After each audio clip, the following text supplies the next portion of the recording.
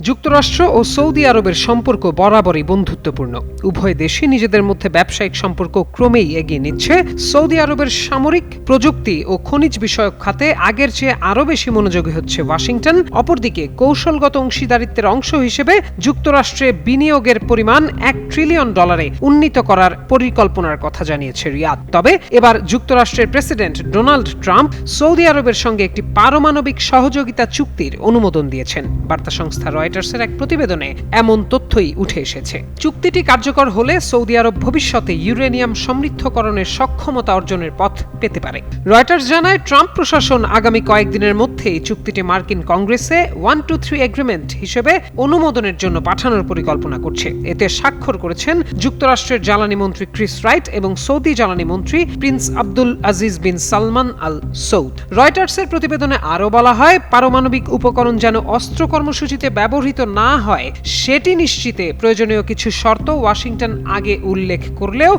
চুক্তিতে তা অন্তর্ভুক্ত করেনি। অপর সংবাদ মাধ্যম এপির প্রতিবেদনে বলা হয়, চুক্তিটির মেয়াদ হতে পারে 30 বছর। এর আওতায় সৌদি আরবের পারমাণবিক বিদ্যুৎ কর্মসূচি উন্নয়নে মার্কিন প্রতিষ্ঠানগুলো অংশ নেবে।